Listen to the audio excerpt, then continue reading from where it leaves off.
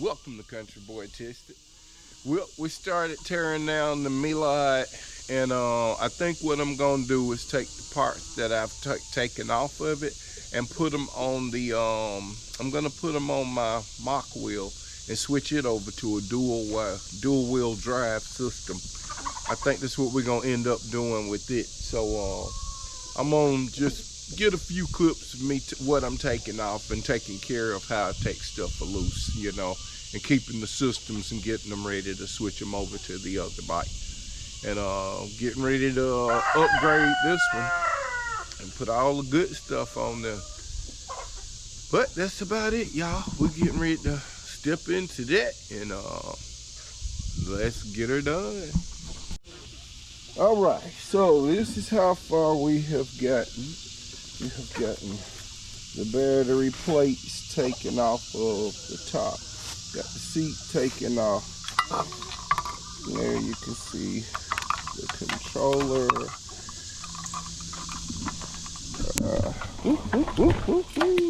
Oh, I'm trying to balance everything. It don't matter.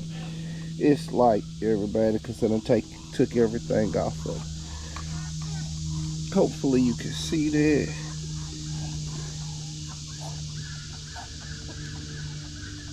Yeah. 750 watt times 2 limit, current limit 22 amps. And this thing pretty still got a lot of kick to it. We are stripping it down, y'all. Alright, just a quick note, when you taking all of your parts off, get you some duct tape, mark your wires, especially like your rear motor. Cause see, I'm pulling all of this out right now. These, see how long these wires are? I love that though, cause that means I can run them on any bike and I can put this controller anywhere. And that's the controller. So you see, it allows 750 watts rated power. 11 amps is the nominal. 22 amps is the maximum. So 23 amps really. So you could get like a good, bar driver and put on there. They got a 48 volt system for those who want to upgrade just the system where you can program it. But remember to keep it fine tuned for your battery. They got that tuned that way so that you don't burn your battery out fast. Because if you're running wide open on these batteries, trust me, you will run through your battery fast. But that's what's happening, y'all. We're pulling it apart. Also get you a little container. You can take all of your electrical parts and pieces. Like when you take everything. I got my controller. I really need to clean this box out. But there's the controller. Because I'm going to use these on my... I'm going to put these parts back on my mock wheel when I do the upgrade. I'm gonna upgrade the mock wheel and take it to 1500 watts. And I'm gonna do dual wheels. I may keep it right where it's at. I may not do anything other than I may leave it at 750. You know what? That'll save me some doggone power. And I don't be going that fast most of the time anyway, but at least I know the bike will be able to go 35 miles an hour. So we're gonna install this system on my mock wheel and make it dual wheel drive. Yep, that is the plan, everybody. All right, we'll update you when we get finished stripping it down. All right, y'all wondering where the project is on Project Black Dragon. We got rim and the tires off. There go the batteries. I got another battery for it also. Got the front end. Make sure you get you some crates to put all your parts and pieces in so you can keep up with your parts. Because guess what we're going to end up doing? That's the frame, everybody. Yes, crow about that, sir. That is the frame, and right now we just figuring out what's gonna go where. Looking at, I want that controller on the front so I can keep it cool You see they gave you plenty of wire, so I got plenty of wire to work with. So I'm getting ready to put it in. And one thing I found out, okay, on my MOF can, the 1500 watts is a lot on these spokes. And the spokes on the MOF can are like very thin. I've already had one break. So I'm gonna put this wheel, that's a 1200 watt wheel motor. I'm gonna put it on the MOF can and run it on there because I can, because the MOF can has 25 amp controller. So that comes out to 1200 watts. It comes right out to 1200 watts, so it can max that. But you ain't never really running exactly. If it say 1500, 3000 watts, you're never running that 100% all the time. Normally your bike is gonna probably be pulling between 250 to 500 watts. If you're just running just with throttle, if you get a gauge where you can see that, you'll notice that about them. So don't overspend when you're out here. We're just giving y'all an update of where we're at on that, and I'm gonna show you where we're gonna use the controller and everything right now. All right, now we're back in the office here. I can kind of explain a little bit. That's what it looked like with the front wheel drive motor on those forks. Looks pretty good, don't it? See that dropout right there is extra thick. That's why I want to put that on my mock wheel when I switch it over to two-wheel drive, because these forks are stronger, and with that thrust it's gonna be pulling on it, I don't want it to bend those other forks, so I'll just be taking them off.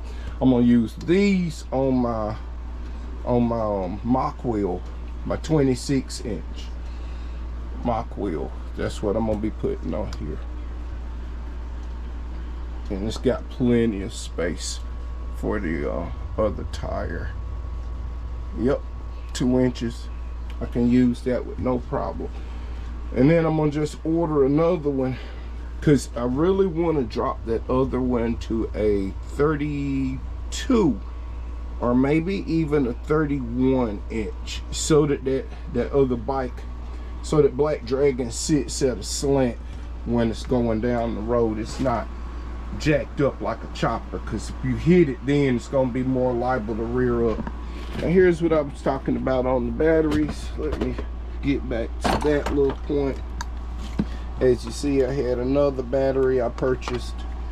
Here go the other two that came with it originally. Now what happens if you're running dual batteries and you decide you want to turn one off? Well, you got a battery, hold on, where is it? I need to do this part, hold on, just okay, back to what I was saying.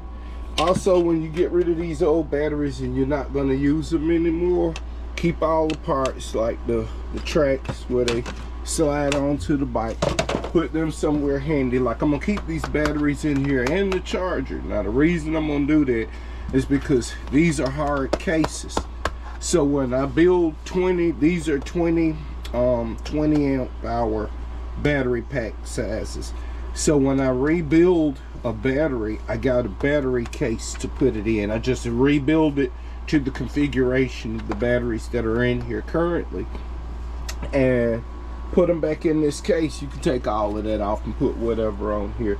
So remember, don't throw stuff away just because you ain't using it at the moment. You might find some use for it later on if you're gonna be building bikes a lot.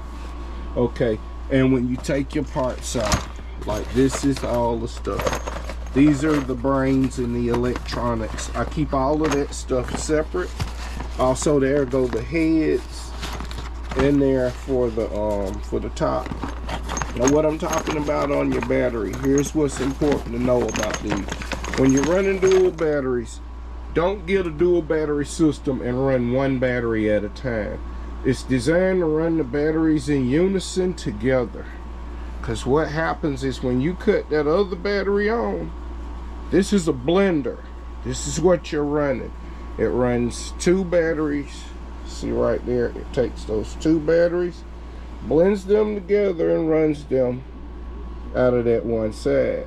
Now what happens is, if you just run the top battery on here and then empty the top and then cut the bottom battery on, you're giving unequal discharges, and you may not run that battery as much. So you're not gonna put, it's not, they're unequal now.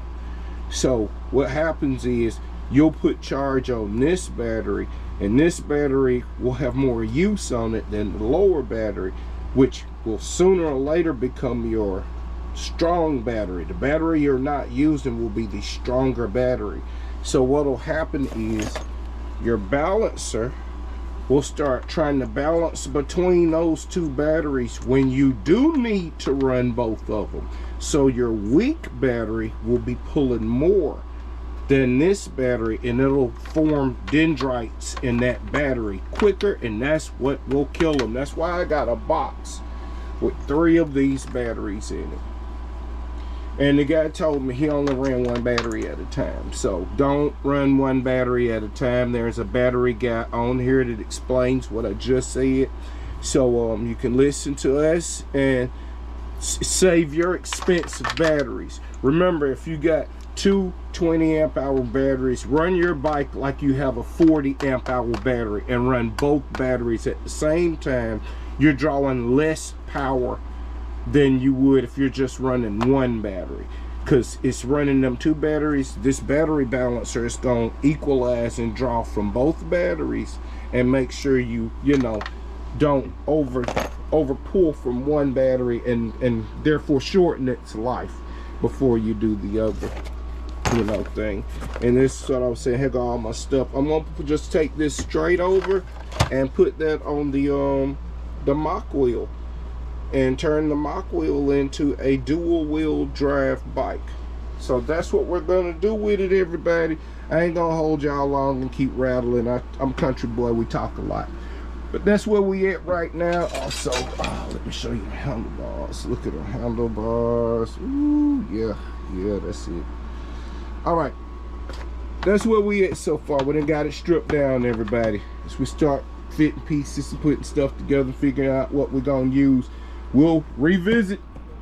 Thanks for stopping by. Peace.